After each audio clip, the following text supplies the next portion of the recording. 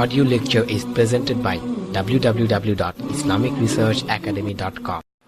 إن الحمد لله نحمده ونستعينه ونستغفره ونؤمن به ونتوكل عليه من يهد الله فلا مضل له ومن يضلله فلا هادي له وأشهد أن لا إله إلا الله وحده لا شريك له وأشهد أن محمدًا عبده ورسوله وبعد فأعوذ بالله من الشيطان الرجيم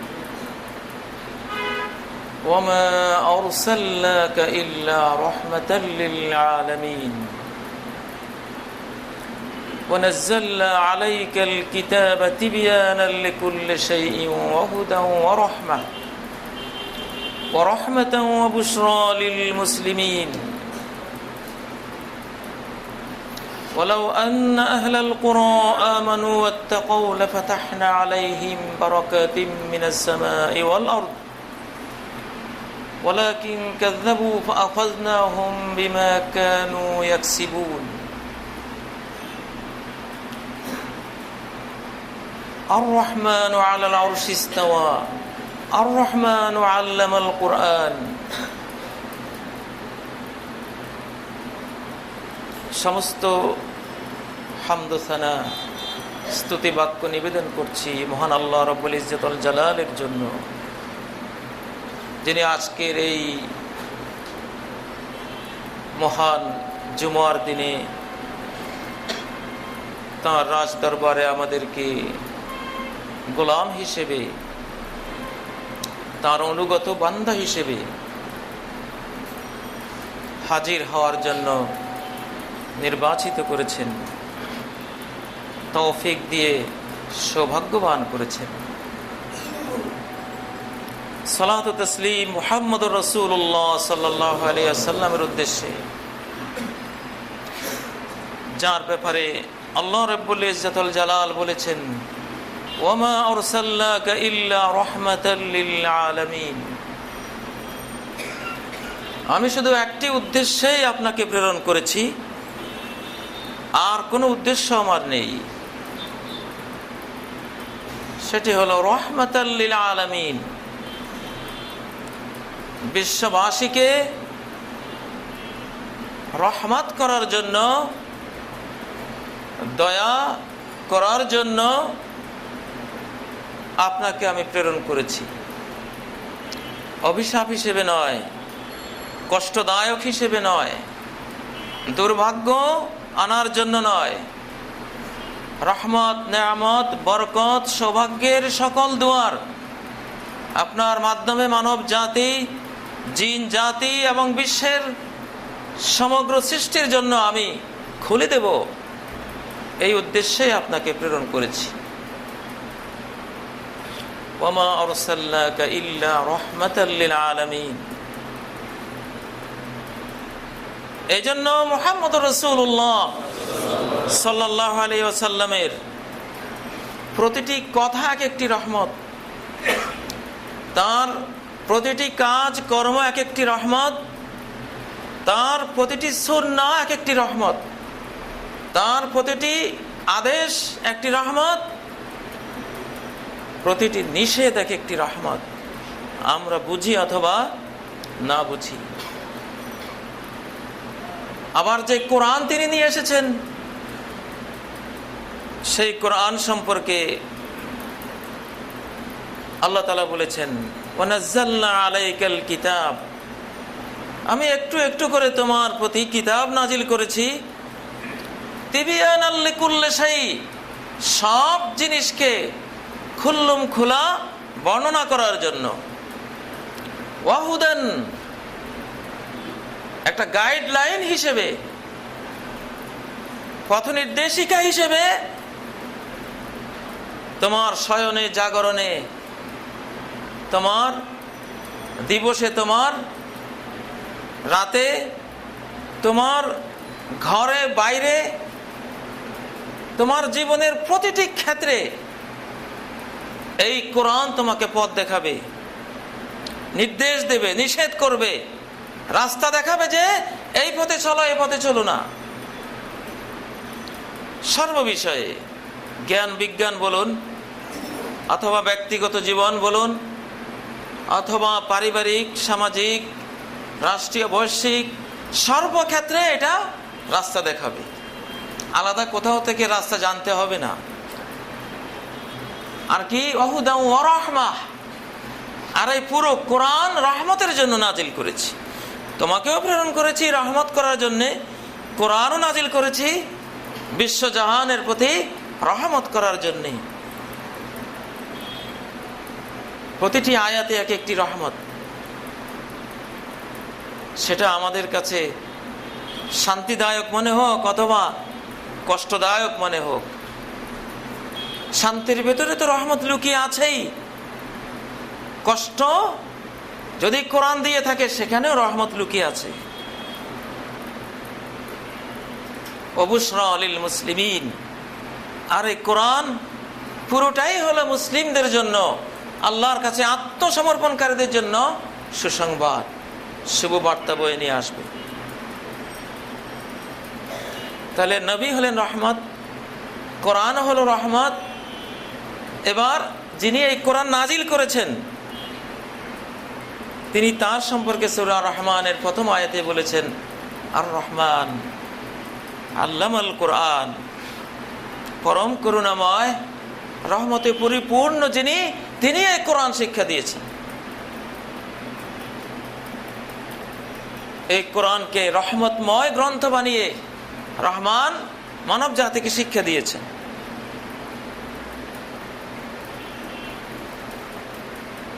আজকে আমরা যারা মুসলিম জাতি, আমরা কি রহমতটি আমাদের চেতনায়, অনুভূতিতে আমরা আনতে পেরেছি? আমরা কতটা বুঝি যে আল্লাহ প্রদত্ত দিন আল ইসলাম, এটা আমাকে যাই বলে সব আমার প্রতি রহমত, নেয়ামত, বরকত, স্নেহ, মমতা, মেহেরবানি, এর বাইরে নয়। প্রিয় ভাইরা, রাসূলুল্লাহ সাল্লাল্লাহু আলাইহি ওয়াসাল্লাম একদিন বললেন, লাকাদ হামামতু আন আমুরা বিস-সালাহ, আমি পরিকল্পনা করছি যে সালাতের নির্দেশ করব। ফাতুকাম, সালাত কায়েম করা হবে ইমামের নেতৃত্বে। সুম্মা আতাখাল্লাফা ইলা রিজালিন লা ইয়াশহাদুনা আস-সালাহ, তারপর আমি কিছু মানুষের কাছে যাব যারা জামাতে হাজির হয়নি, বাড়িতে রয়ে গেছে। ফাউহাররিকু আলাইহিম বুয়ুতাহুম, বাড়িতে গিয়ে আগুন লাগিয়ে তাদের ঘর শুদ্ধ তাদেরকে জ্বালিয়ে দেব। এই পরিকল্পনা আমি করেছি।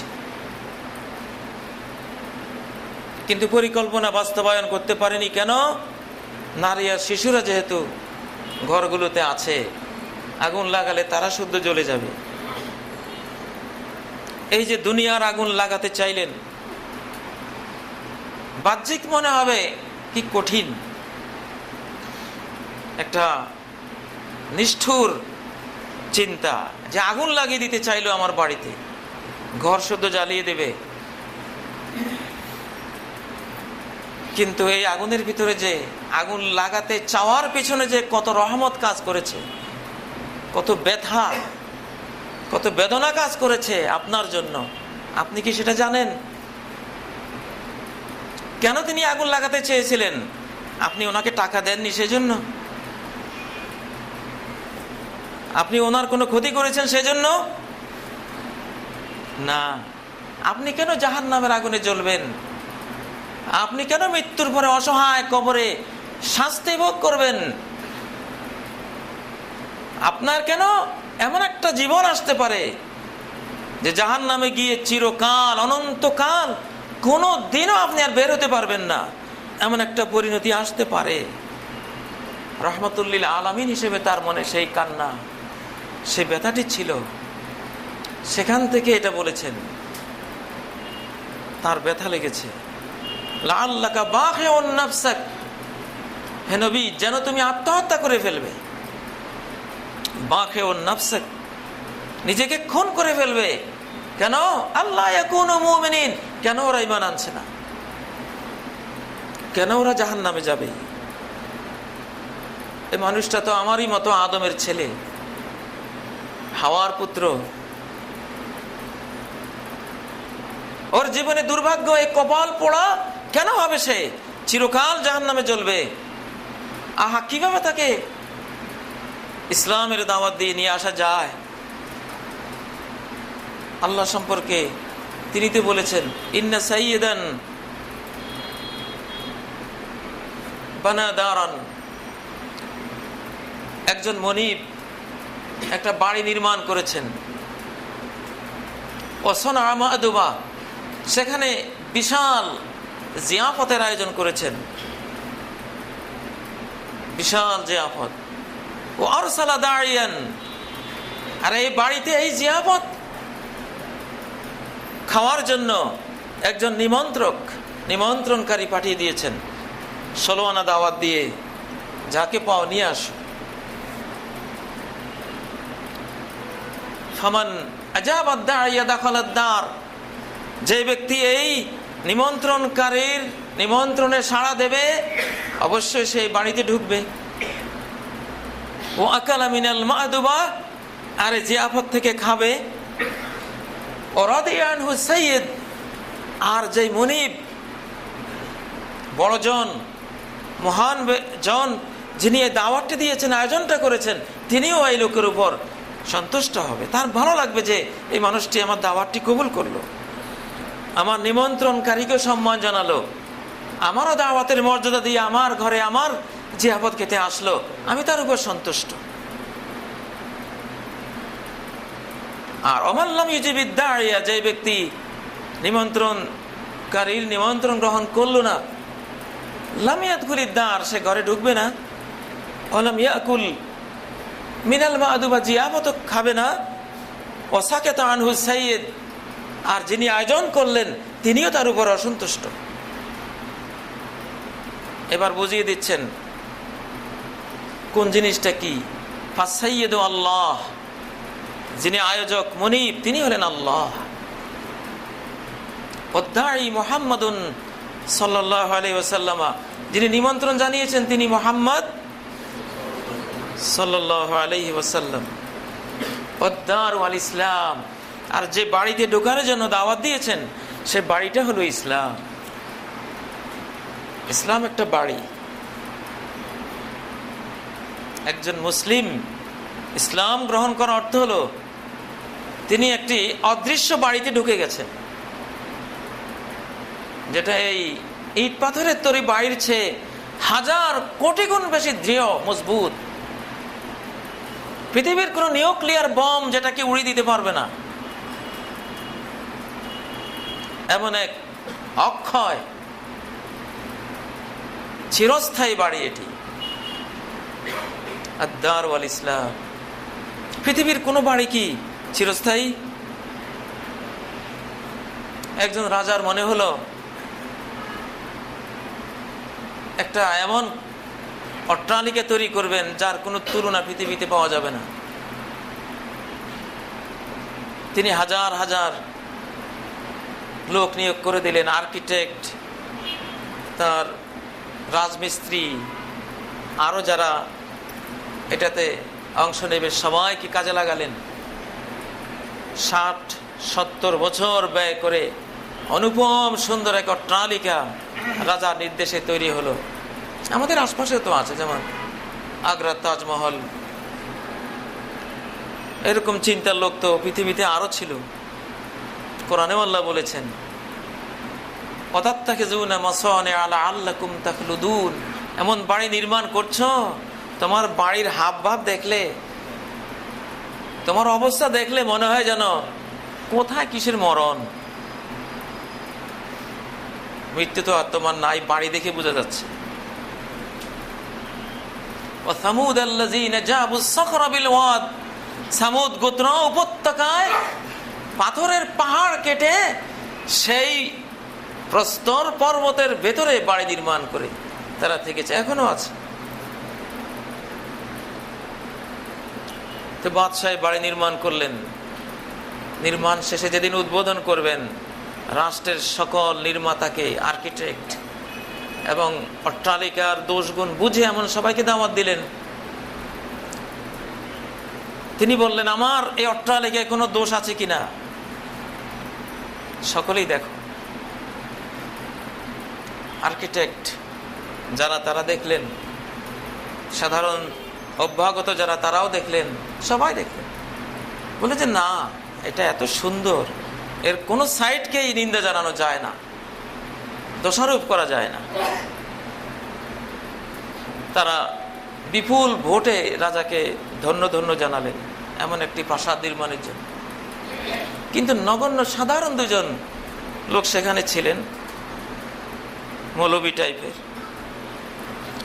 একজন উঠে বললেন যে আমার নজরে একটা দোষ আপনার এই বিল্ডিং এ আছে। হতবাক সবাই, আর্কিটেক্টরা বের করতে পারলো না, অতি সাধারণ বলে বোঝা যাচ্ছে। একজন মৌলবী সাহেব, মৌলবী সাহেবদের ব্যাপারে এমনও মানুষ মনে করে উনি কিছুই জানেন না, ওনারা কি বুঝে, ওনারা এগুলো কি বুঝবেন। তো মৌলবী সাহেব বললেন যে আপনার বিল্ডিং এ একটা দোষ আমি পেলাম, যে এই বিল্ডিং এর যেই আর্কিটেক্ট, যারা নির্মাতা, এই বিল্ডিং একদিন পুরনো হয়ে যাবে, মলিন হয়ে যাবে, এর এইসব রং চাকচক্য হারিয়ে যাবে। আপনার আর্কিটেক্টরা এই হারিয়ে যাওয়া, মলিন হয়ে যাওয়ার হাত থেকে এই বিল্ডিংকে রক্ষা করার কোনো প্রযুক্তি এখানে প্রয়োগ করতে পারেনি। এমন বহু বিল্ডিং আমি দেখেছি, আমরা দেখেছি, বিশ্রী কুশ্রী হয়ে গেছে, আর্কিটেক্টরা সেই প্রযুক্তি প্রয়োগ করতে পারেনি। এটা একদিন পুরনো হবেই, অসুন্দর হবেই। এই একটা দোষ থাকলো, সবাই মাথা নিচু করে মেনে নিল, কথা তো ঠিক। আরেকজন উঠে বলে না, আমি আরেকটা দোষ পেয়েছি। ভয়ঙ্কর কথা, কি দোষ? যে আপনার বিল্ডিং আপনাকে অমর করতে পারবে না। আপনি একদিন এত সুন্দর বিল্ডিং এর মধ্যেই যদি এখানে থাকেন মরে যাবেন, আপনার মৃত্যু রোখাতে পারবে না।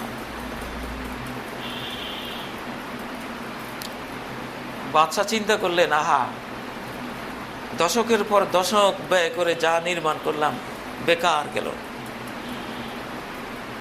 আচ্ছা বাবারা, এমন কোন বিল্ডিংকে আমাকে সন্ধান দিতে পারো যেটা পুরনো হবে না আর মৃত্যু আসবে না? দুজন বলেন, হ্যাঁ আছে, এমন বিল্ডিং আছে, তবে সেটা এই পৃথিবীতে পাবেন না। সেটা হলো জান্নাতিন তাজরি মিন তাহতিহাল আনহার খালিদিন ফিহা আবাদা।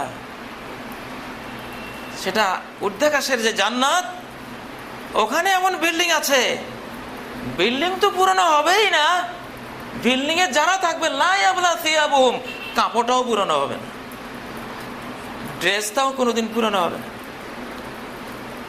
মলিন হবে না, মরণ তো আসবেই না। লা ইয়াবলা সিয়াবুহুম ওয়ালা ইয়াফনা শাবাবুহুম, যৌবনও কোনোদিন ক্ষয়ে যাবে না, কাপড় কখনো পুরনো হবে না, রোগ ব্যাধি কখনো আসবে না, মৃত্যু কোনোদিন আসবে না। ওই রাজা তখন সব আর্কিটেক্ট, বড় বড় স্থাপত্য শিল্পীদেরকে বাদ দিয়ে ও দুজনের পরামর্শ নিয়ে ওই বিল্ডিং লাভের পেছনে তিনি ছুটলেন। সেই বিল্ডিং এ ঢোকার আগে এই যে আরেকটা বিল্ডিং এ ঢোকার কথা বলা হলো, ইসলাম নামক বিল্ডিং এর, ইসলাম নামক প্রাসাদ, এই প্রাসাদে ঢুকতে হবে। অদ্দার ওয়াল ইসলাম, যে বাড়িতে আল্লাহ দাওয়াত দিচ্ছেন, সেই বাড়িটা মহানবী নিজেই বলছেন এই বাড়ির নাম হলো ইসলাম। এখানে ঢুকলে আপনি নিরাপদ। ইমাম ইবনে তাইমিয়া রাহমাতুল্লাহ আলাইহি 700 হিজরি শতাব্দীর মহান ইসলামের একজন নবায়নকারী সংস্কারক, পৃথিবীতে এত বিচিত্র গুণ, এত জ্ঞান বিজ্ঞান, যে বিষয়ে কথা বলতেন সবাই মনে করতো এই লোকটা শুধু এই বিষয়েরই স্পেশালিস্ট, আর কোনো বিষয় জানার কথা না। হাদিস শুরু হলে হাদিসে, তাফসির শুরু হলে তাফসিরে, ফিকা আইন শাস্ত্র শুরু হলে আইন শাস্ত্রে, ইতিহাস শুরু হলে ইতিহাসে, ভূগোল শুরু হলে ভূগোলে, বিজ্ঞান শুরু হলে বিজ্ঞানে, তর্কবিদ্যা শুরু হলে সেখানে। যেটা শুরু করতেন সবাই বলতো এই লোকটা শুধু এই বিষয়টাই মনে হয় স্পেশালিস্ট, জীবন ভরে এটাই শিখেছে। সেই মহান পণ্ডিত ইমাম ইবনে তাইমিয়া তিনি বলতেন, সারা জীবনে জেলে জেলে কাটিয়েছেন, এক একটা সত্য মশালা দিতেন, বিদআতের বিরুদ্ধে বলতেন, শিরকের বিরুদ্ধে বলতেন, একটা গোলমাল লাগতো সরকার জেলে দিত। তো উনি বলতেন আমাকে জেলখানায় নেওয়াটা তোমাদের বেকার।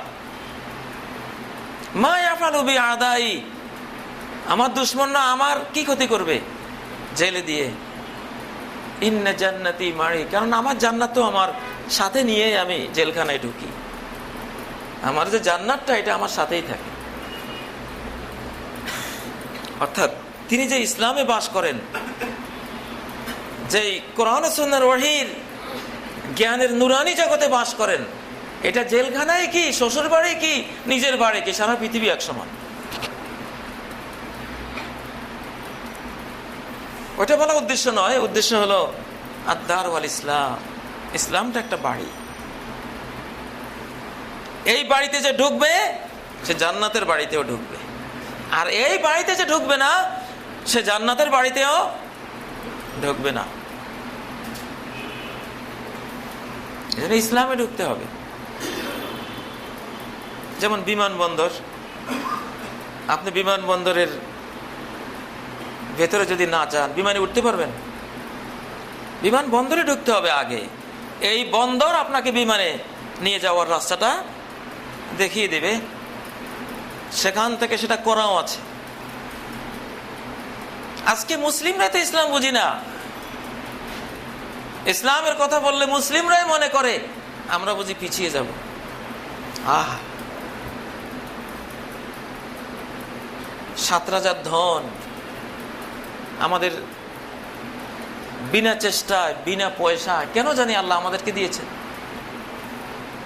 আমেরিকার মানুষগুলোর কথা যখন ভাবি, এক একটা মানুষ কত উঁচু, কত স্ট্রং বডির মানুষ, আমাদের চেয়ে কত জ্ঞানী বিজ্ঞানী, এরা আকাশে লোহাকে উড়ায়, পাতাল ফুঁড়ে কোথায় চলে যায়, পৃথিবীর কেন্দ্রস্থলে কোথায় কি আছে বের করে আনে, মঙ্গলে পাথ ফাইন্ডার উড়িয়ে সেখানে চলে যায়, চাঁদে রকেট উড়ায়,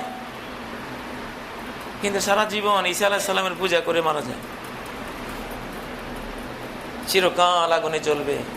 উজুহু ইয়াওমাইযিন খাশিআ, কত চেহারা কিয়ামতের ময়দানে ভীত সন্ত্রস্ত হবে।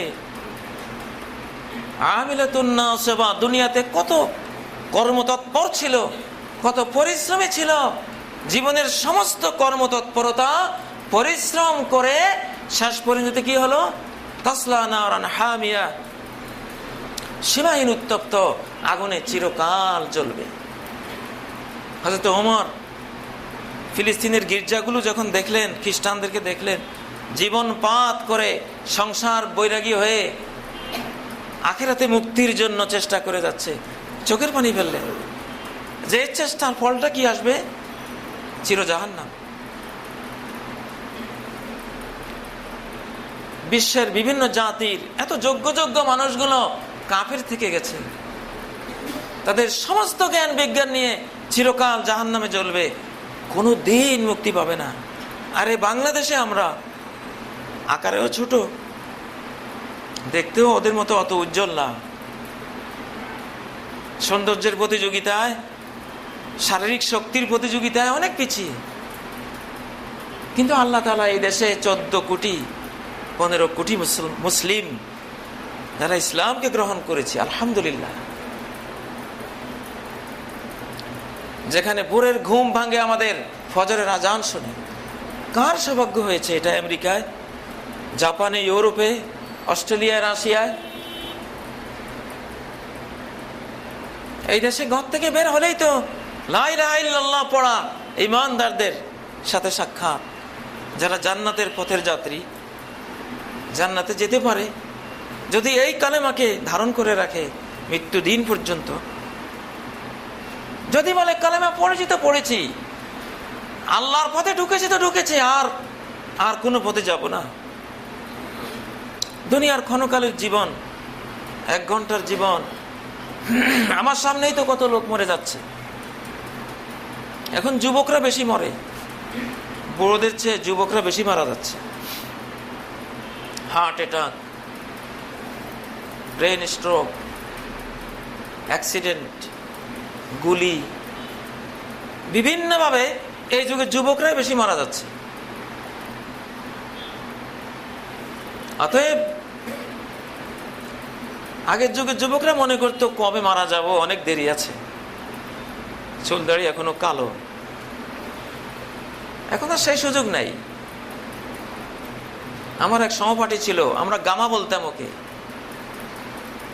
দেখে কি ক্ষমতা, খুব দুঃসাহসী, বিল্ডিং তৈরি করে এই 2-1 সপ্তাহের মধ্যে ঢুকে যাবে। সাইকেল চালিয়ে আসছে, হাই প্রেশার উঠলো, সাইকেল থেকে একটা খালে পড়ে গেল, রক ছিঁড়ে গেল, কি শুনলাম, গামা আর নেই, মরে গেছে। আমার বয়সের, আজ থেকে 8-10 বছর আগে, আরো একটু বয়স কম থাকতে দুনিয়া থেকে চলে গেছে। প্রিয় ভাইয়েরা, এই যে ইসলাম নামক বাড়িটি, এই বাড়িতে ঢুকে পড়ুন।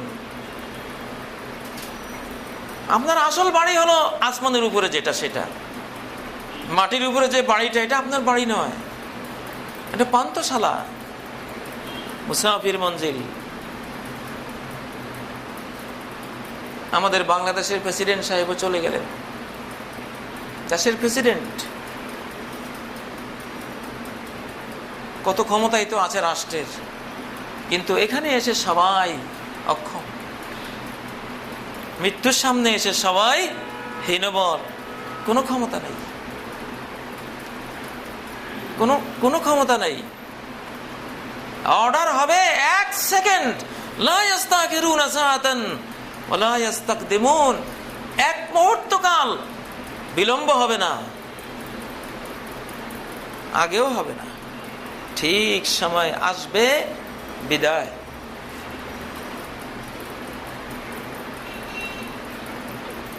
আপনার আসল বাড়ি তো জান্নাতে, জন্ম সেখানে, বাবা আদমের পিঠে, ওখানেই আপনার জন্ম। শয়তান নামক এক দুশমন আমাদের সবাইকে বহিষ্কার করেছে, আবার প্রাণান্ত চেষ্টা করে ওই বাপের বাড়িতে ফিরে যেতে হবে, না হলে উপায় নাই।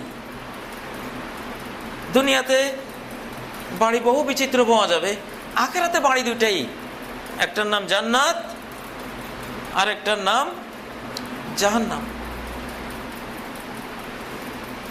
প্রিয় ভাইরা,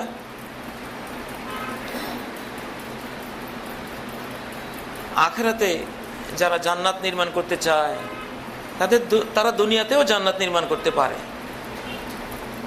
দুনিয়াও তাদের দ্বারা শান্তিপূর্ণ হয়। আখিরাতে যারা জান্নাত চায়, এই লোকগুলি দ্বারাই এ পর্যন্ত পৃথিবীর মানুষেরা শান্তি পেয়েছে, নিরাপত্তা পেয়েছে, আরাম পেয়েছে, দিন দুনিয়ার সব কল্যাণ এই জাতীয় লোকগুলি দিয়েই মানব জাতি লাভ করতে পেরেছে। আর আখিরাতে যাদের জন্য জাহান্নাম, এই লোকগুলো দুনিয়াকেও জাহান্নাম বানিয়ে ছেড়েছে, এদের শেষ পরিণতিও জাহান্নাম। এই লোকগুলো যতদিন দুনিয়াতে থাকবে, দুনিয়াকে জাহান্নামের মতো একটা শাস্তির জায়গা বানিয়ে রাখবে, তাদের ওই যোগ্যতাই আসবে না। এজন্যই সূরা আল বাকারার 200 নম্বর আয়াতে, 201 নম্বর আয়াতে এই দোয়া শেখানো হয়েছে, রব্বানা আতিনা ফিদ দুনিয়া হাসানাতাও ওয়া ফিল আখিরাহ, হে রব, আমাদের দুনিয়ার জীবনকে সৌন্দর্যমণ্ডিত করুন। দুনিয়ার জীবন সুন্দর হবে ইসলামী জীবন হলে। দেখুন, আমেরিকার একজন শিশু বিশেষজ্ঞ মহিলা, তার কথা বলেছিলাম কিনা কোনো একদিন জানি না, তিনি একদিন এক মাকে নসিহত করছেন যে মার সন্তান জন্ম হয়েছে, ডাক্তার উনি বলছেন যে আপনি 40 দিন আপনার স্বামীর সাথে কোনো শারীরিক সম্পর্ক করতে পারবেন না। 40 দিন আপনাকে অপেক্ষায় থাকতে হবে, বিভিন্ন জার্মে আক্রান্ত হবেন, রোগ ব্যাধিতে আক্রান্ত হবেন। উনি এসে বললেন, প্রশ্নে আসে না, এটা তো আমার ধর্মেই নিষেধ, আপনি আমাকে বলতে হবে না। তামকুসুন নুফাসা 40 ইয়াওমান, প্রসূতি মায়েরা 40 দিন পর্যন্ত তারা কোনো নামাজও পড়বে না, স্বামী সঙ্গ তারা করবে না, অপেক্ষা করবে 40 দিন। ওই মহিলা শুনে আশ্চর্য হলেন, আমেরিকার একজন ডাক্তার, তাই নাকি তোমার ধর্মে এটা বলা আছে? 1400 বছর আগের ইসলাম ধর্মে এই জিনিসটা কেমনে বলা হলো? এটা তো এখনকার গবেষণা আমরা বুঝলাম, বিজ্ঞানের গভীর গবেষণার ফলে এখন বুঝতে পেরেছি এই সময়ের সম্পর্কের দ্বারা এই ক্ষতি হবে।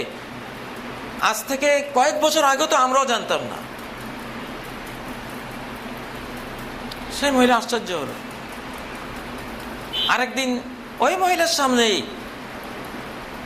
যেহেতু উনি মা শিশু নিয়ে থাকেন, আরেক পুরুষ ডাক্তার এসে আরেক মাকে উপদেশ দিচ্ছেন, আপনার সন্তানকে যখন শোয়াবেন ডান কাত করে শোয়াবেন, তাহলে তার হার্ট রিল্যাক্স মুডে থাকবে, ক্ষতি হবে না। ওই মা এসে বললেন, ডাক্তার সাহেব এটা তো বলতে হবে না, আমাদের তো শোয়ার সুন্নতেই এটা, ডান কাতের উপরে শোয়া আমাদের নবীজির সুন্নাহ। ইউহিব্বুত তায়াম্মুনা ফি শানিহি কুল্লিহি, তার সকল ভালো কাজে তিনি ডান দিকটাকে পছন্দ করতেন। শোয়ার সময় ডান কাত হয়ে শুতেন, আমরা তো ওইভাবে শুই। ডাক্তার হতবাক হলো, এটা কিভাবে তোমরা জানলে যে ডান কাত হয়ে শুলে হার্টের উপরে কোনো প্রেসার পড়বে না, বাম কাত হয়ে শুলে ফুসফুস ইত্যাদির একটা বোঝা হার্টের উপরে গিয়ে পড়ে, যেহেতু হার্টটা বামে থাকে, বাম দিকে শুলে তো বোঝাটা এটার উপরে পড়বে, আর ডানে শুলে এর উপরে আর কিছু নেই, ফ্রি। এবারে মহিলা গবেষণা শুরু করলো, না ইসলাম তো জানতে হবে, তাহলে এত বৈজ্ঞানিক, যেটাই দেখি এদেরকে বলি ওইটাই লেটেস্ট বিজ্ঞান গবেষণার কথাগুলি এদের ধর্মে, কি আশ্চর্য কথা। পরে উনি মুসলমান হয়ে গেলেন।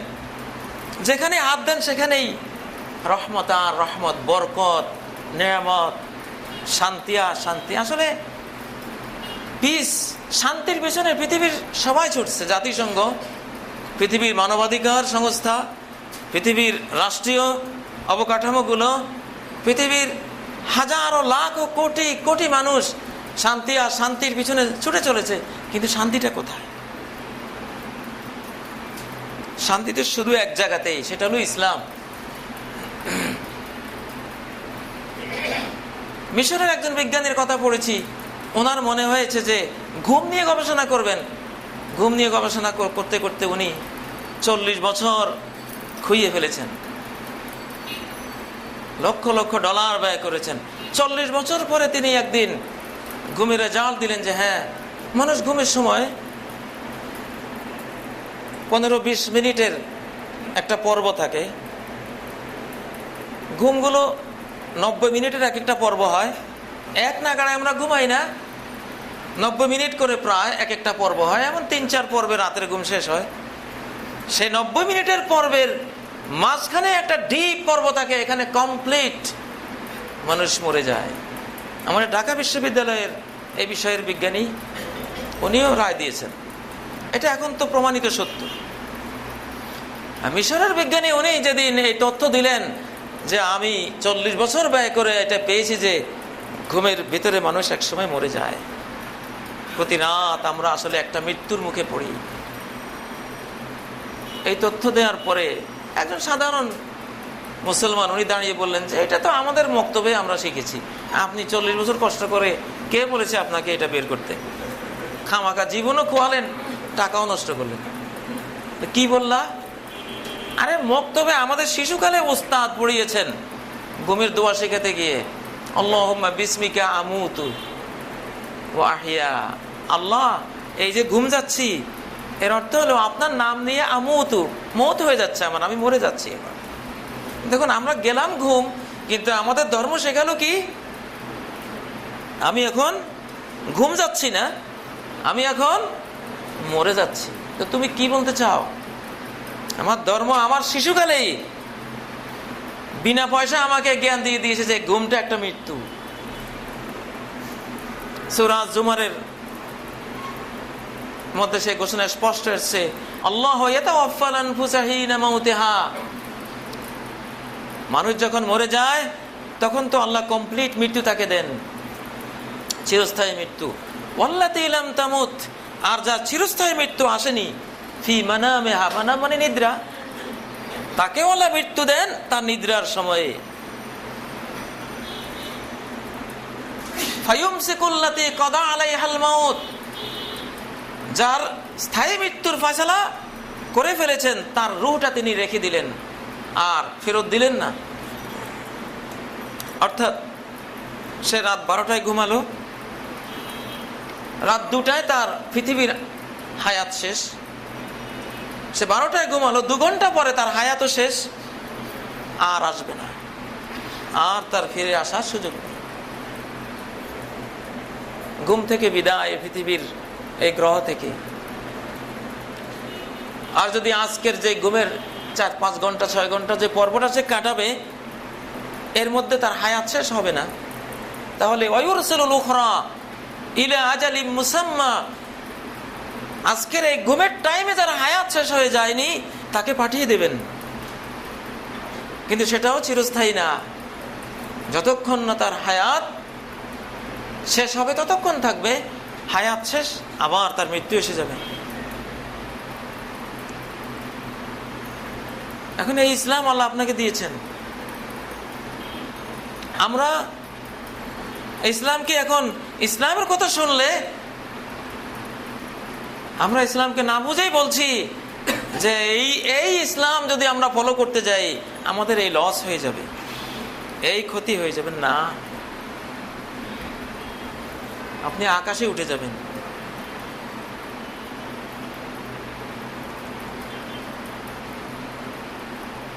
আমরা যখন ছাত্র জীবনে হাদিসগুলো পড়তাম, একটা হাদিস আমরা পড়েছি, নবী সাল্লাল্লাহু আলাইহি ওয়াসাল্লাম তিনি যখন খেতেন তার খাদ্যের প্লেটটা আলাদা করে চেনা যেত যে এটির মুহাম্মদুর রাসূলুল্লাহ সাল্লাল্লাহু আলাইহি ওয়াসাল্লামের প্লেট। এত পরিষ্কার করে খেতেন, খাদ্যের একটা কণিকাও নাই, সবটা খেয়ে নিয়েছে। খাদ্যের অ্যাটমগুলো, পরমাণুগুলো পর্যন্ত ছেটে চুষে খেয়ে নিছেন, এত চকচকে করে ফেলছে, যেটা এখনকার কোনো হোটেলে বসে আপনি খেলে 5 স্টার হলে তো কোনো কথাই নাই, আপনি যে একজন নাদান মূর্খ এটা সবাই বুঝবে। যে জীবনে এমন খাওয়ার খেয়েছেন কিনা এটাই সন্দেহ হবে তাদের। আপনি খাবেন, অর্ধেক খেয়ে অর্ধেক থুয়ে যাবেন, হ্যাঁ স্মার্ট। জমিদারের ছেলে, না হয় একজন বড় লোকের ছেলে, সবসময় খেয়ে আসছে, এই জন্যই অত লোভ নেই। কিন্তু আমরা ওই হাদিসের যন্ত্রণায় ছাত্র জীবনে এমন বহু বিব্রতকর অবস্থায় হোটেলে গিয়ে পড়তাম, খেলে যখন এইভাবে খাওয়া শুরু করতাম, সুন্নাহ হলো চেটে খেতে হবে। চতুর্দিক থেকে চোখগুলি আমাদের দিকে চেয়ে আসে, এই কোন গ্রহের লোক, এইভাবে খায় মানুষে। হুজুর বলে কথা, আসলে মোল্লারা তো দুরবস্থায় আছে, হোটেলে হয়তো একটু ভালো খাবার, এই জন্যই হুজুরে এমন খাচ্ছে। হুজুর যে কেন এটা খাচ্ছে উনি কিন্তু জানতে পারতেছেন না। আপনারা হোটেলের যারা মেসিয়ার, যারা পাক শাক করে বা কোয়ানি যারা, এরা দেখবেন এই বডি, তার চামড়া দিয়ে তেল বেরিয়ে পড়তেছে মনে হয়, যেন একটু চিপ দিলে তেল বেরিয়ে আসবে। আর ম্যানেজার সাহেব লিঙ্ক কিচ্ছু নাই, জাকির নায়ক বডি কিছুই নাই। যেন জাকির নায়ক সাহেবের দুর্নাম করছি না, পৃথিবীর জ্ঞানী মানুষগুলি বেশি মোটা হয় না। পেট মোটা হয়ে গেলে ব্রেনও মোটা হয়ে যায়। ডাইরেক্ট বুখারীতে এসছে, কাসীরাতুন শাহমু বুতুনিহিম কালিলাতুন ফাকহু কুলুবিহিম। কাবার চত্বরে 3 লোক বসা, এদের পেটের চর্বি অনেক, এই জন্য ব্রেন বিবেক ভোঁতা। মানুষের পেট মোটা হলে মাথা ভোঁতা হয়ে যায়, বলদ হয়ে যায় মানুষ। আর স্লিম থাকলে ব্রেন শার্প থাকে। নবী সাল্লাল্লাহু আলাইহি সাল্লামের বডিও স্লিম ছিল, যেটুকু ছিল বাড়তি কোনো ছিল না। তো ব্রেন সতেজ রাখতে হলে বডিকে স্লিম রাখতে হয়। যাই হোক, এটা আরেক প্রসঙ্গ। এখন কেন যিনি পাকশাক করেন তার বডি এত মোটা আর ম্যানেজার সাহেব চিকন?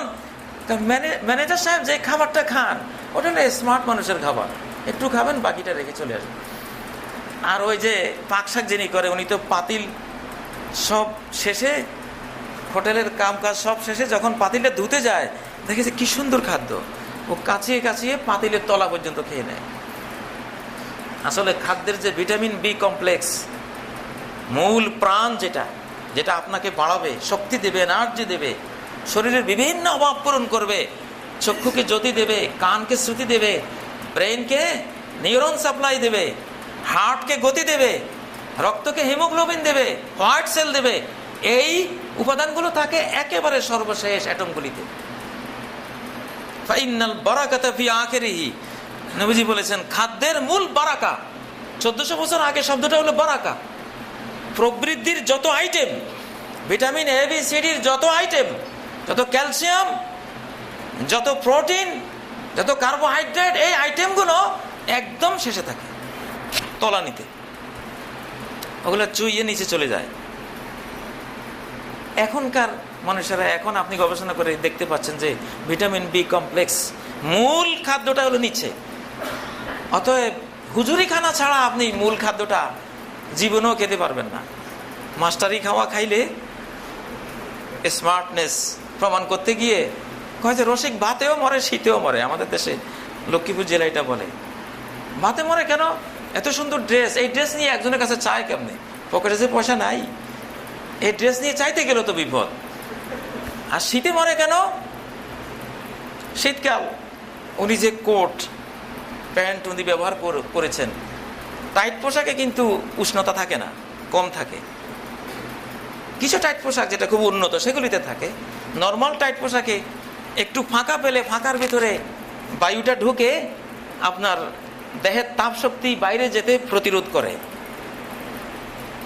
এখন একটা চাদর গায়ে দিলে খুব গরম লাগতো, উনি তো রসিক মানুষ, সুটকুট পরেছেন, একটা চাদর গায়ে দিলে কেমন দেখায়, এই জন্য উনি শীতেও মরে। মাঘ মাসের শীতে যত শীতে লাগুক একটা চাদর ইউজ করবেন না। আপনাদেরকে বলছি না, এটা লক্ষ্মীপুরের কথা। রসিক ভাতেও মরে, শীতেও মরে। এখন রসিক ডায়াবেটিসেও মরে, হাই প্রেশারেও মরে। কারণ এইভাবে যদি, এটা ইসলাম, ইসলাম পুরোটাই রাহমাতাল লিল আলামিন, বিশ্ব জাহানের জন্য রহমত।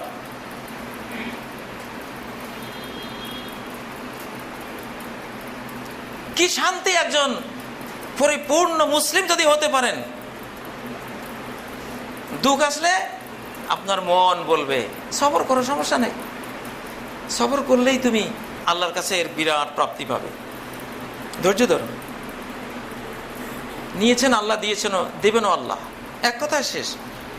10 কোটি টাকা লস হলেও মুমিন বলবে আল্লাহ নেয়ও, আল্লাহ আবার দেয়ও, এক কথায় শেষ। কেন কাফেরের 10 কোটি টাকা লস হলে আরো 50 কোটি টাকা লস খাবে সে আফসোস করতে করতে, যে আহা কেন এমন হলো, যদি এটা এইভাবে না করতাম, যদি ওইভাবে করতাম, যদি আহা ওই লোকে পরামর্শ তো দিয়েছিল, কেন তার পরামর্শ ধরলাম না, ধরলে তো এই সর্বনাশটা হতো না।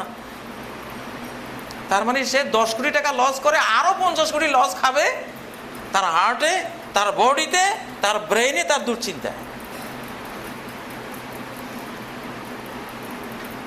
এখন আমরা মুসলিমরা ইসলাম কতটা বুঝেছি, নিশ্চয়ই আপনাদের কাছে এই তথ্য আসারই কথা। এখন ইহুদিরাও রোজা রাখে, অনেক খ্রিস্টানও রোজা রাখে। ওরা বলে ধর্ম হিসেবে পালন করার দরকার নেই, সুস্থ থাকার জন্য ইসলামের এই বিধানগুলি আমাদের জন্য দরকার। এগুলি ছাড়া সুস্থ থাকা যাবে না, এমন অবস্থা। ডায়েট কন্ট্রোলের ইসলামী বিধান কে না জানেন? কুলু ওয়াশরাবু ওয়ালা তুসরিফু, খাও পান করো, বেশি খেও না।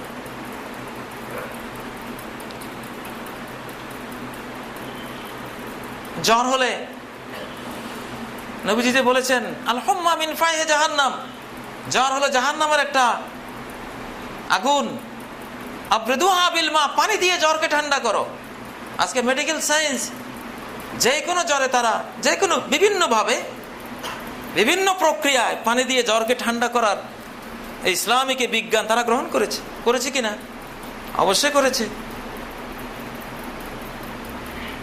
সেই ইসলামকে আমরা বাংলাদেশে আসলে বিনা পরিশ্রমে পাওয়া জিনিসের কদর থাকে না।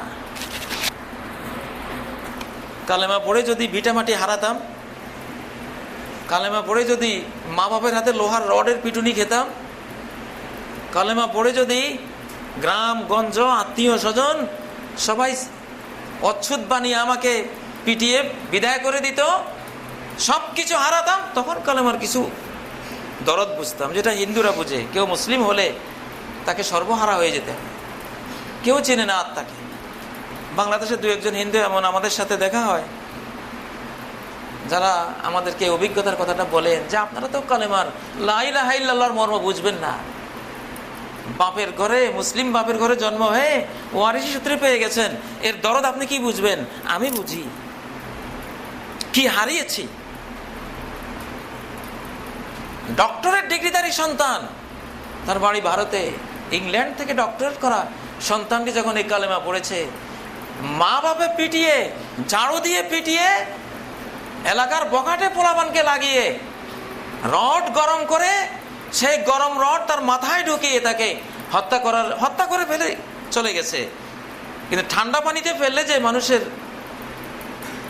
ব্লিডিং বন্ধ হয়ে যায়, হয়তো ওই বখাটেরা জানতো না। আল্লাহ তাকেও ঠান্ডা পানির উসিলায় ব্লিডিং বন্ধ করিয়ে কিছুটা প্রাণ রক্ষা করেছেন। পরে মুসলিমরা তাকে নিয়ে চিকিৎসা করে বাংলাদেশে পাঠিয়ে দিয়েছে। আমরা তো ইসলামের মর্ম বুঝবো না, ইসলাম যে একেবারে সহজে পেয়ে গেছি। আপনি পড়ুন, শোনা মুসলমান জাহান্নামে যাবে, পড়া মুসলমান জান্নাতে যাবে। শুধু শুনে আপনি কতটা বুঝবেন, কতটা মনে রাখবেন?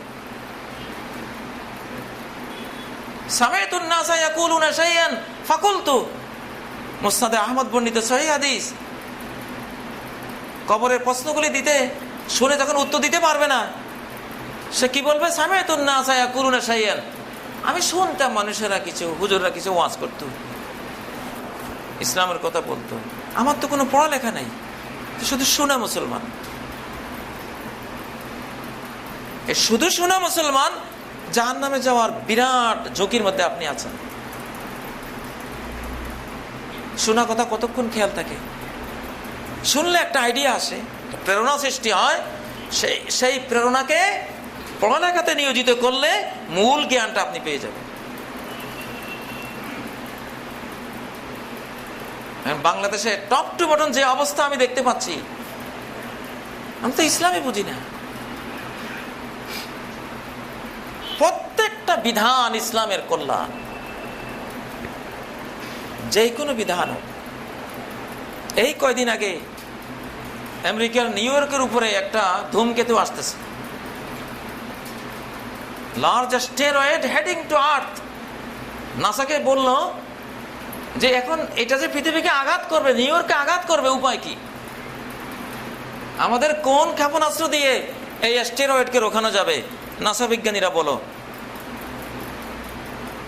নাসা বিজ্ঞানীরা সাফ জানিয়ে দিয়েছেন ওবামাকে, প্রে,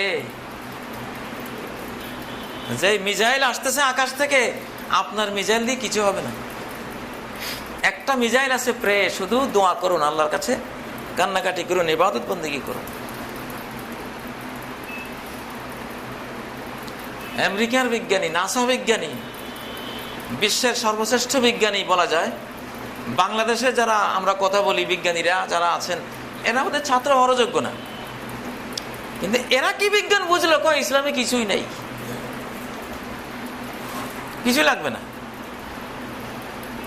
অল্প জানলে খুব ভয়ঙ্কর হয়, লাফায় বেশি, আর বেশি জানলে শান্ত শিষ্ট এবং ঠান্ডা হয়ে যায়। ও জানে, ও যে বলছে প্রে, এইটা শনি আর মঙ্গল গ্রহের বেল্টের মধ্যে কোটি কোটি মিসাইল রেডি করা আছে, এখানে গোলমাল করবেন, শুধু একটা অ্যালার্ট হয়ে যাবে, বরাদ্দ হয়ে যাবে বাংলাদেশের জন্য, শেষ, বেশি লাগবে না, রেডি। সূরা হুদ 11 নম্বর সূরা হুদের 83 নম্বর আয়াতটা শুধু আজকে বাসায় গিয়ে পড়ে নেবেন। লুতের জাতি, আজকে বিশ্বে যে নীতি পাশ হয়েছে, যে ভয়ঙ্কর বিকৃতি, যৌন বিকৃতির নীতি পাশ হয়েছে, এটা যদি আর কিছুদিন চলে তো 2-4টা অ্যাস্টেরয়েড মিটিওর এসে আঘাত হানবে, এগুলি অ্যাটম বোম, পরমাণু বোমা, এক একটা 60,000 70,000 পরমাণু বোমার সমান এক একটার আঘাত।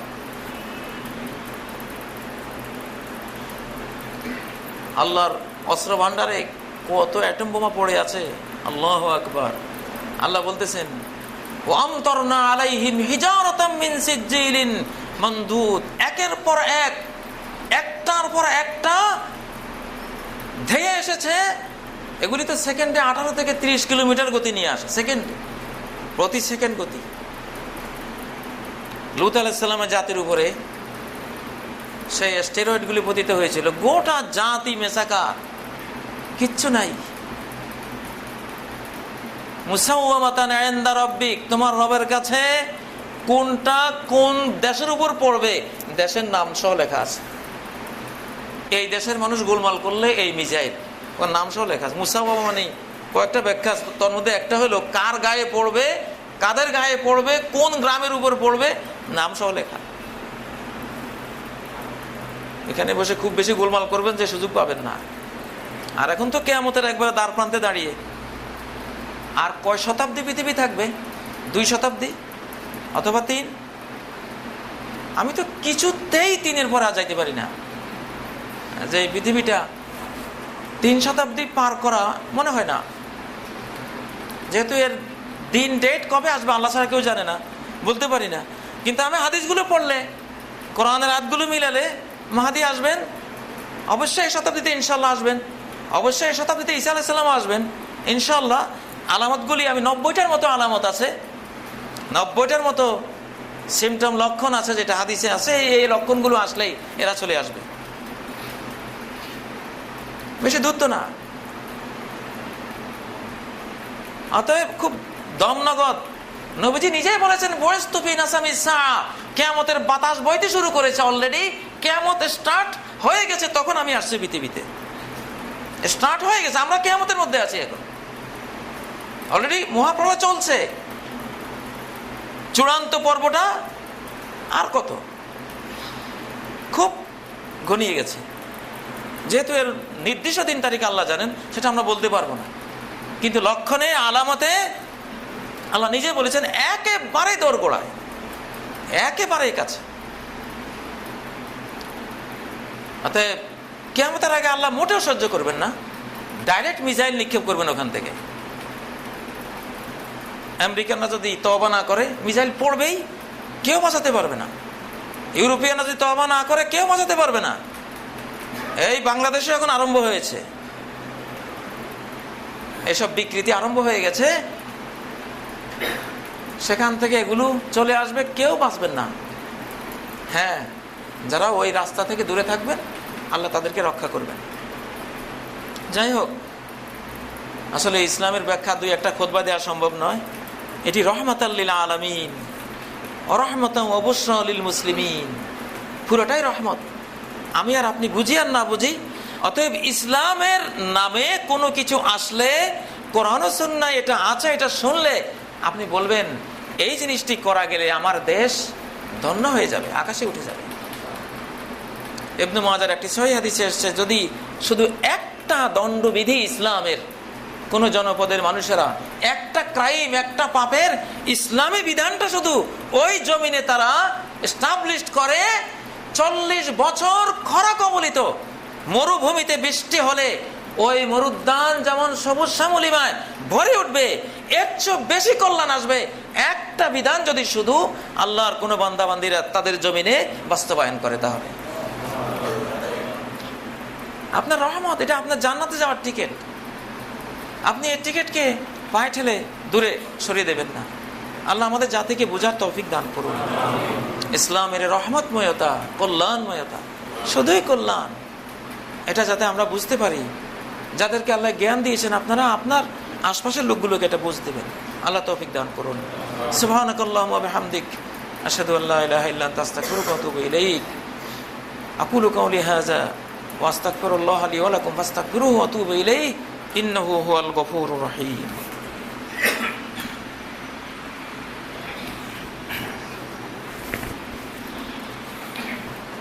আলহামদুলিল্লাহ, লাকাল হামদু ইয়া রাব্বি কামা ইয়ানবাগি লিজালালি ওয়াজহিক ওয়া আযীমি সুলতানিক। লাকাল হামদু হামদান কাসীরান তাইয়িবান মুবারাকান ফীহি মিলআস সামাওয়াতি ওয়া মিলআল আরদি ওয়া মা বাইনাহুমা ওয়া মিলআ মা শি'তা মিন শাইইন বা'দ। আহলাস সানা'i ওয়াল মাজদি হাক্কু মা ক্বালা আল আবদু ওয়া কুল্লুনা লাকা আবদ। আল্লাহুম্মা লা মানি'a লিমা আ'তাইত ওয়া লা মু'তিয়া লিমা মানা'তা ওয়া লা ইয়ানফা'ু যাল জাদ্দি মিনকাল জাদ্দ। ওয়া বা'দু ফাআউযু বিল্লাহি মিনাশ শাইতানির রাজীম।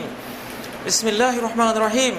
إن الله وملائكته يصلون على النبي يا أيها الذين آمنوا صلوا عليه وسلموا تسليما اللهم صل على محمد وعلى آل محمد كما صليت على إبراهيم وعلى آل إبراهيم إنك حميد مجيد اللهم بارك على محمد وعلى آل محمد كما باركت على إبراهيم وعلى آل إبراهيم إنك حميد مجيد। আল্লাহ তাআলা আমাদেরকে রহমত করেন, আপনার ইসলামের সৌন্দর্য বোঝার আমাদের তৌফিক দান করেন। বর্তমান পৃথিবীর যে ব্যাধি, স্রষ্টার উপরে কর্তৃত্ব করতে যাওয়ার ব্যাধি, আজকের সৃষ্টি জগৎ স্রষ্টার উপরে কর্তৃত্ব করতে চায়। এই কর্তৃত্ব করতে যাওয়া সর্বনাশা। এই পৃথিবীর জন্য, এই গ্রহের জন্য, মানব জাতির জন্য এটি সবচেয়ে বড় ধ্বংসাত্মক। ফেরাউন সৃষ্টির স্রষ্টার উপরে কর্তৃত্ব করতে চেয়েছিল, পারেনি। লোহিত সাগরে তার সমাধি হয়েছে, জীবন সলিল সমাধি হয়েছিল সেখানে। নমরুদ চেয়েছিল, পারেনি। আদ সামুদ চেয়েছিল, পারেনি, কেউ পারেনি। সূরা দুখানের 19 নম্বর আয়াতের জন্য আল্লাহ বলেছেন, ওয়াল্লা তাআলু আলাল্লাহ, আল্লাহর উপর কর্তৃত্ব করতে যেও না, কর্তৃত্ব করতে চেও না, সাবধান হয়ে যাও। বর্তমান পৃথিবীর যারা শক্তিমান তাদের এই রোগটাই মারাত্মক রোগ যে তারা স্রষ্টার উপরে কর্তৃত্ব করতে চায়, স্রষ্টাকে কোনো সাইড দিতে চায় না। আমরাই সব করব না, পারবে না, পৃথিবীটাকে জাহান্নাম বানিয়ে দেবে। অতএব তিনি স্রষ্টা, তুমি তার গোলাম, তার সৃষ্টি। স্রষ্টার কাজ হলো অর্ডার দেয়া, গোলামের কাজ হলো, সৃষ্টির কাজ হলো অর্ডার পালন করা। সামি'না ওয়া আতা'না, শুনলাম আর মানলাম। গোলামের কাজ হলো এটা বলা, শুনলাম আর মানলাম। আর ওনার কাজ হলো আলা আলাহুল খালক ওয়াল আমর, সৃষ্টি যার, অর্ডার তার। ইনিল হুকমু ইল্লা লিল্লাহ, হুকুম বিধান একমাত্র তিনি দেবেন, আর কেউ দেবে না। তাহলে পৃথিবী শান্তিময় হবে, তুমি শান্তি পাবে, তুমি রহমত পাবে। আল্লাহ তাআলা আমাদেরকে পৃথিবীর এই ব্যাধিটি চিকিৎসা করার তৌফিক দান করুন। আমাদের মা বাপকে আল্লাহ তাআলা ক্ষমা করেন, মুরব্বিয়ানে কেরামকে ক্ষমা করেন, বাংলাদেশের মুসলিমদের মধ্যে সৌহার্দ্য সৃষ্টি করে দেন আল্লাহ। প্রত্যেকের প্রতি সহানুভূতিশীল করেন, অন্তরে দয়া দিয়ে দেন আল্লাহ, অন্তরে ভালোবাসা দিয়ে দেন একে অপরের জন্য, ভ্রাতৃত্ববোধ জাগ্রত করে দেন। বাংলাদেশের অস্তিত্বকে কিয়ামত পর্যন্ত স্বাধীনভাবে আল্লাহ তাআলা অক্ষুণ্ণ রাখেন। এই দেশকে আপনার প্রিয় বান্দাদের দেশ হিসাবে আপনি কবুল করেন আল্লাহ।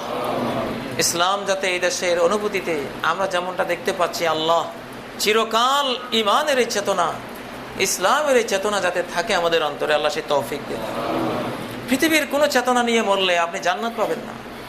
যত চেতনাই আপনার সামনে থাকুক, এগুলো থাকতেই পারে সাময়িক, জায়গা বিশেষ। মূল চেতনা হলো লা ইলাহা ইল্লাল্লাহর চেতনা। আপনাকে বাঁচতে হবে লা ইলাহা ইল্লাল্লাহর চেতনা নিয়ে, মরতে হবে লা ইলাহা ইল্লাল্লাহর চেতনা নিয়ে। মান ক্বালা লা ইলাহা ইল্লাল্লাহ দাখালাল জান্নাহ, যে লা ইলাহা ইল্লাল্লাহ বলে মরবে জান্নাতে যাবে। মান মাতা ওয়া হুয়া ইয়ালামু আন্নাহু লা ইলাহা ইল্লাল্লাহ দাখালাল জান্নাহ, যে মরার সময় লা ইলাহা ইল্লাল্লাহর চেতনা নিয়ে, জ্ঞান নিয়ে, সচেতনতা নিয়ে মরল, সে জান্নাতে যাবে। এই চেতনা যতদিন পৃথিবীতে থাকবে ধ্বংস হবে না পৃথিবী। লা তাকুমুস সাআ হাত্তা লা ইউকালা লা ইলাহা ইল্লাল্লাহ, লা ইলাহা ইল্লাল্লাহর জ্ঞান, এই সচেতনতা, এই জ্ঞানময়তা যতদিন পৃথিবীতে থাকবে কিয়ামত আসবে না। অতএব বিশ্ব চেতনা হলো লা ইলাহা ইল্লাল্লাহ চেতনা। এই সচেতনতা আল্লাহ আমাদেরকে দান করুন, এই বিজ্ঞানময়তা আল্লাহ আমাদেরকে দান করুন। আউযু বিল্লাহি মিনাশ শাইতানির রাজীম, বিসমিল্লাহির রহমানির রহিম। ইন্নাল্লাহা ইয়া'মুরু বিল আদলি ওয়াল ইহসান ওয়া ইতা'i যিল কুরবা ওয়া ইয়ানহা আনিল ফাহশাই ওয়াল মুনকারি ওয়াল বাগি ইয়া'যুকুম লা'আল্লাকুম তাযাক্কারুন ওয়াজকুরুল্লাহা ইয়াযকুরকুম ওয়াদউহু ইয়াস্তাজিব লাকুম ওয়া লাযিকরুল্লাহি আকবার ওয়াল্লাহু ইয়া'লামু মা তাসনাউন।